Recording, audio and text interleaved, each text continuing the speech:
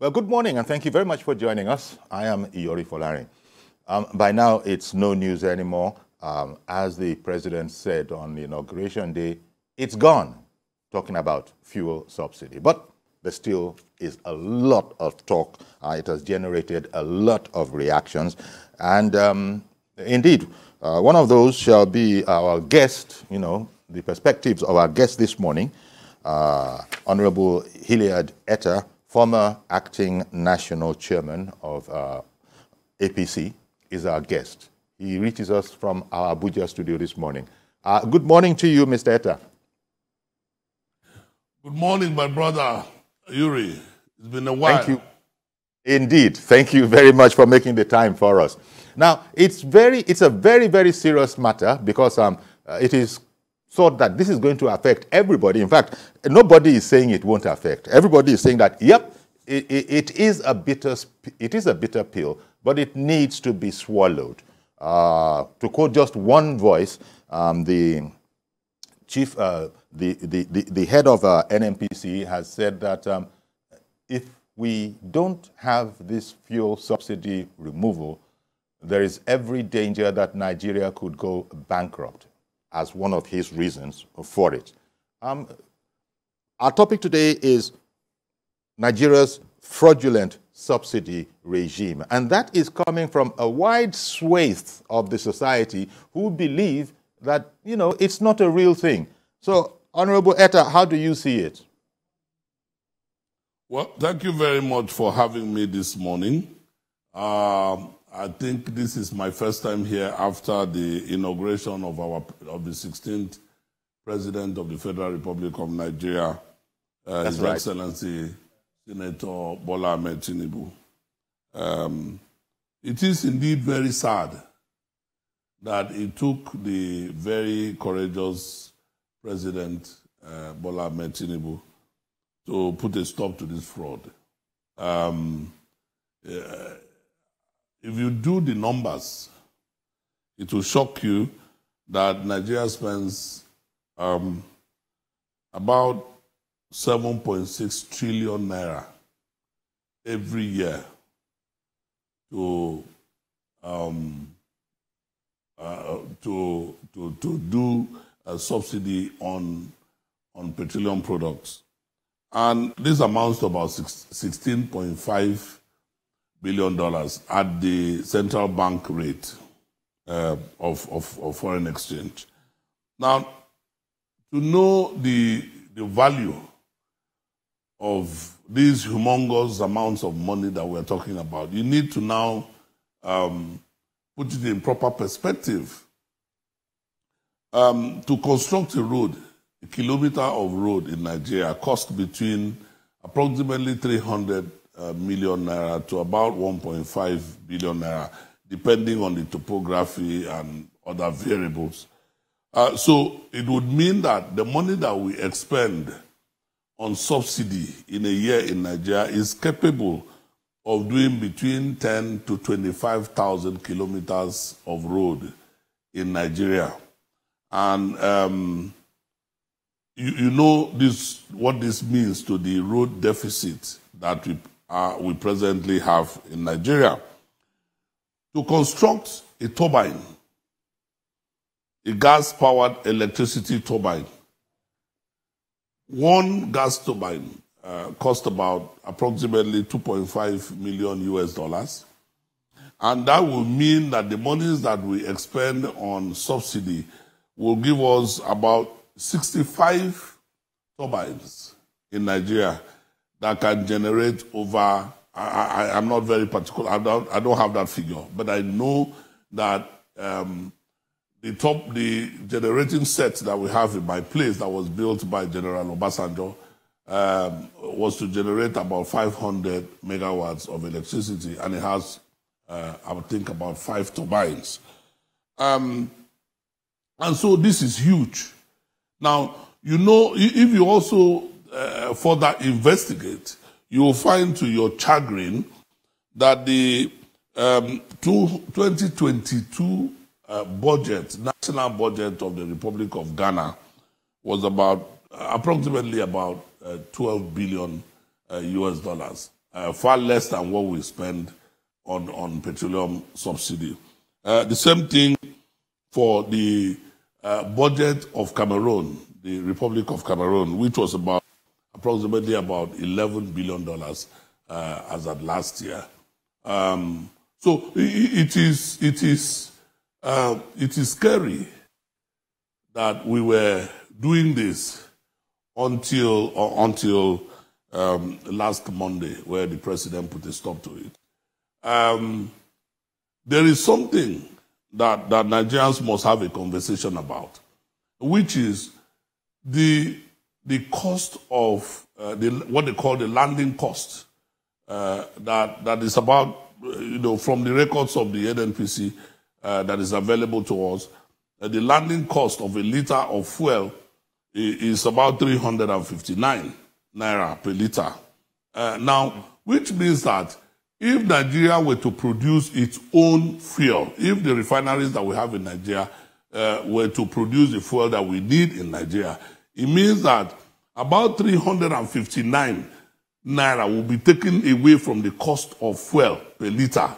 That is not to say that other variables may not come in terms of transportation and all of that. So what I'm saying is that the external variable within the context of the cost of a liter of fuel in Nigeria that is part of the subsidy is too huge. Whereas if you take away 185 naira that was the government regulated price of a liter of fuel, and then look at the 359 that was added to it as the subsidy on the liter of fuel, it is too huge a burden for any nation to have undertaken. It is exciting. I am very glad that the president has put a stop to this. Now, when the word fraudulent is used, and that has been used quite often by commentators in this sector, in spite of all the explanations that we're getting, Nigerians just don't seem to trust that the whole business of fuel subsidy as it is transparent, and that it is favoring, a tiny slice of our population, which is really up there. So this whole question about the fraudulent aspect of it and how difficult it is going to be, because these guys have been, benefiting from this all this while. And so, who was it that I heard saying it of recent that, look, you go this kind of a route, there's going to be a pushback. Address that aspect, that allegation of fraud in the system, if you will. Well, it is very correct for people to say so, because almost everything about the subsidy regime is shrouded in secrecy. In fact, the 359 naira that is quoted as landing charges, they just give us the figure. I mean, nobody has ever been able to explain to us that, okay, if you transport petroleum products from this port to a Nigerian port, this is how much it's going to cost you, or this is what the customs charge. Nobody has been able to break it down for us. For instance, there are ports that are nearer to Nigeria than other ports. Is it that all of them charge the same amounts of money? So there are so many things that are shrouded in secrecy within the regime of subsidy. And again, if we subsidize and we sell at 185 and 195 naira, and our neighbors like Ghana sells at about 830 naira. I don't know what Togo sells at. I don't know what Republic of Benin sells at, but I know it is far higher than 185 naira. So what it means is that you are just encouraging people to take fuel, subsidized fuel from Nigeria to the neighboring countries. In fact, there is a conversation around the figure that is bandied around by the NNPC. People are questioning whether truly we are using 60 million liters of fuel per day. Now, all of that is because there is profits to be made. If our petroleum products are sold at competitive prices, I believe that there will be no to smuggle it out of the country and make humongous profits as people are presently doing. So it is true that not much is known about the subsidy regime. And anything that is shrouded in secrecy, anything that is done under the table, of course, you know what the consequences are. So it is true that a lot of people are suspicious, very extremely suspicious, about whether there is even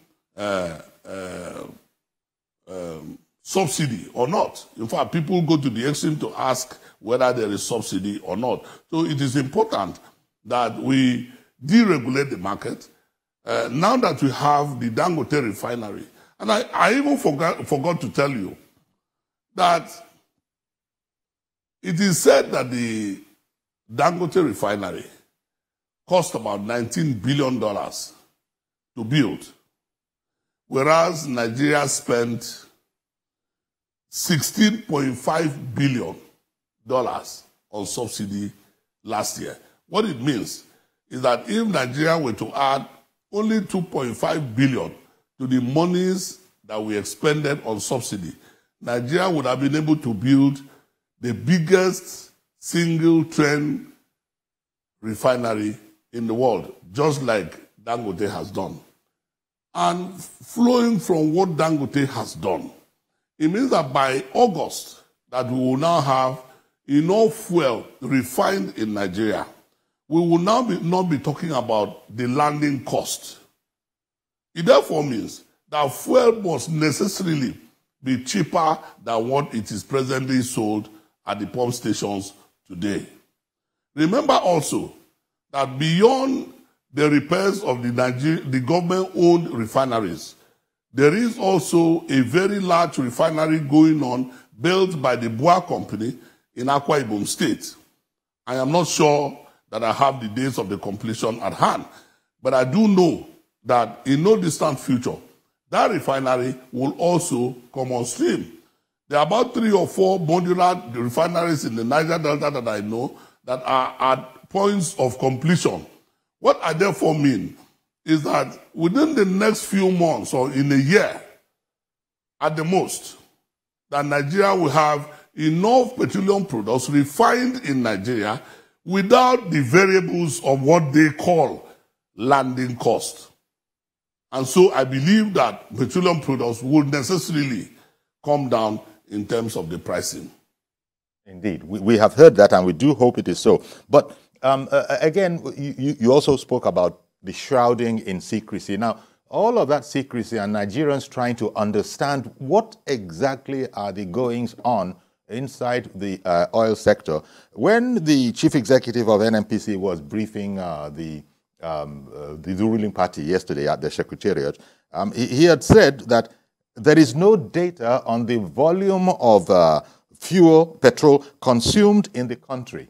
There is no data on the volume of fuel consumed in the country, but that of offloading from depots is always available. You know, I've still been scratching my head over that. Maybe you can help give us your understanding. Maybe, you know, if there is no data on the number of liters of fuel that we are consuming on a daily basis, but that there is always there is always, you know, data on offloading from the depots. What did you understand that to mean? I think it's quite unfortunate that it is coming from him. One would have expected that he would be in a position to tell Nigerians at least approximately what we consume as fuel in Nigeria. If he cannot tell us, I wonder who can. I mean, this is some of the contradictions that we have in our government that is perplexing.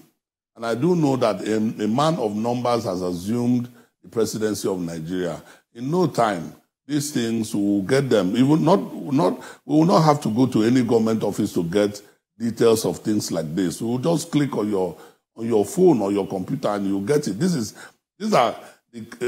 are information that should be at the tip of the fingers of all Nigerians. It is extremely, extremely unfortunate that kind of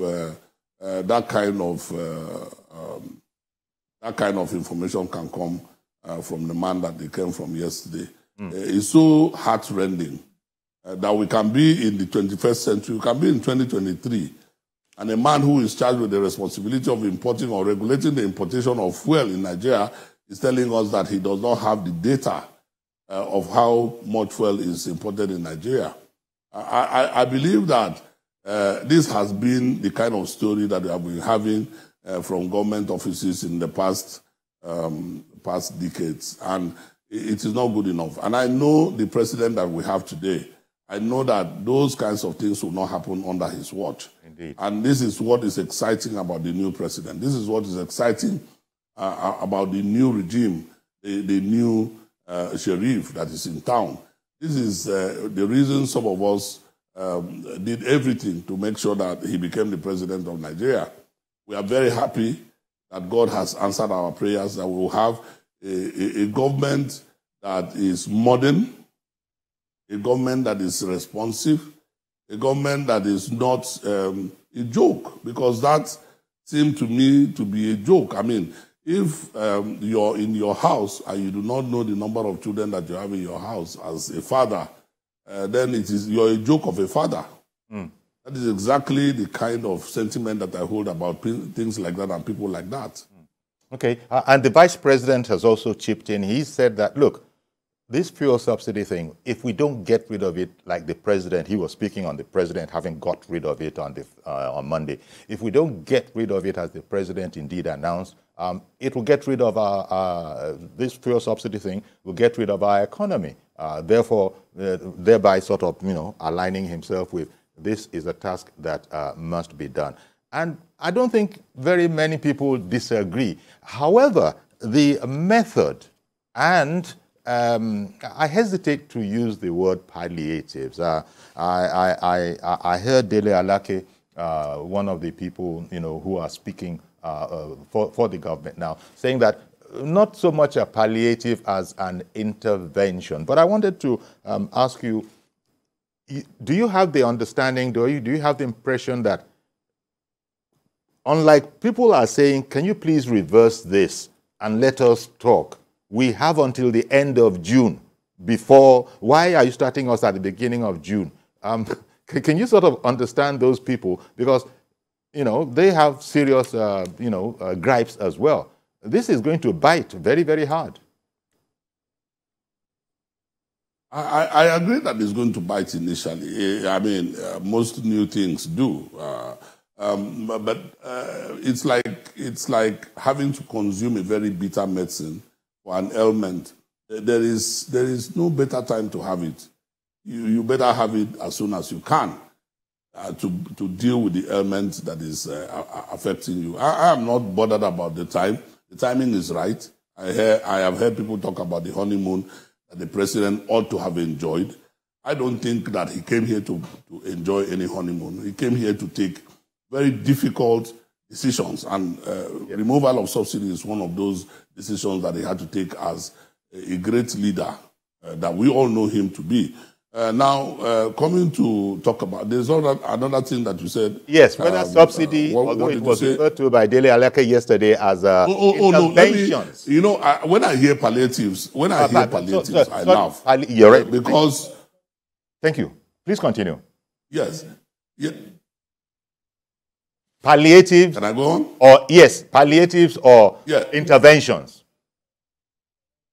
No. When I hear palliatives, I laugh, because most times when Nigerians want to take, when Nigerian governments want to take the people for a ride, they bring out such words as palliatives or subsidy, cushioning, and all of those kinds of things. The best thing to do at this point is to expand our economy using the instrumentalities of some fiscal and monetary policies to expand our economies, find jobs for people, create wealth, expand the revenue, and make people rich, make Nigerians rich, give opportunities to Nigerians to thrive. That is what the president is intending to do.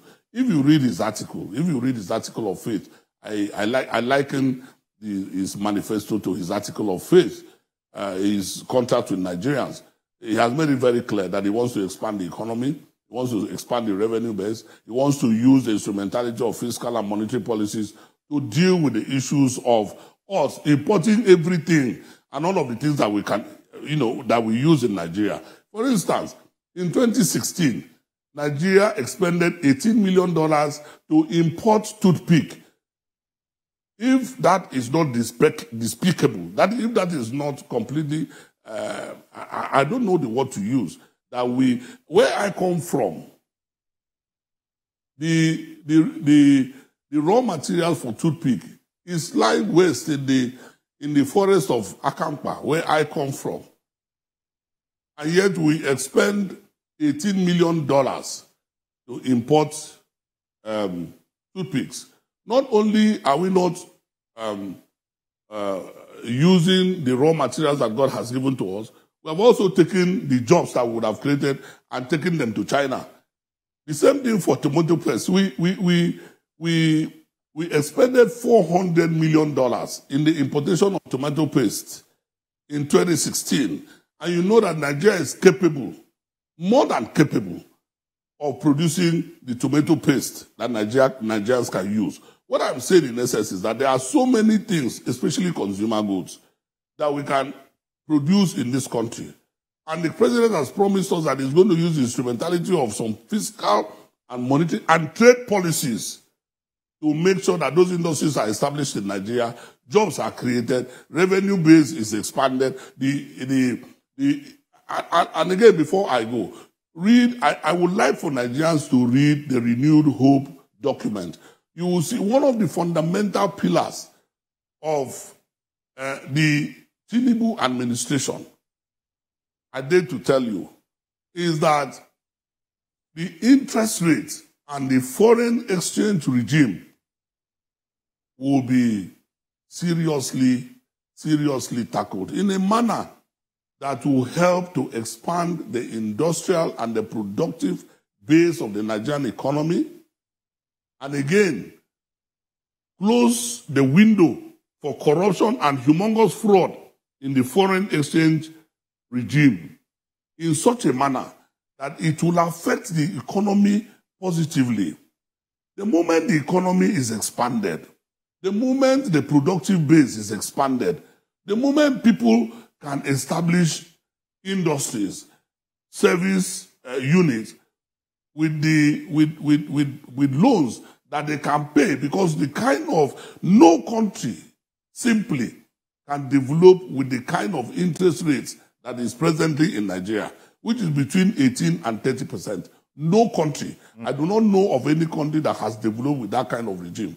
And he has promised to tackle those ones. Those are the things that we need for him to focus, not to talk about palliatives. Oh, they are going to buy many buses. They are going to. Those are, for me, is tokenism. Okay, one moment. Tokenism and scam. I beg your pardon. Let me bring in Mr. Balogun, calling in from the UK. Good morning, Mr. Balogun. Good morning, Uncle Yori. Good nice morning, to see sir. you again. I've been wanting to see you. Thank you, sir. Hello? Yes, I can hear you. Please go ahead. Okay. Uncle Yori, what an interesting time for Nigeria. It's a very, very interesting time. And I'm happy that our able president be able to hold the bull by the horn. Very, very appreciated. Some of us in diaspora, we have a lot back home. And we're telling them this is the right decision to be taken. But, however, what I think that we need to do at this time around, because of the peculiarity of our country, I hear people on the news saying abroad. Please, Nigerians, don't be deceived by these people who have not even gone to Ghana. And they are talking about abroad. And this is done in abroad. During COVID, that is done. A television station this morning, somebody was putting, they gave a check. Somebody in Nigeria has a check. It is not true. It is not true. But in our own case, what I think we should do here, we have to go the way we are going now. There's no point for him to go back.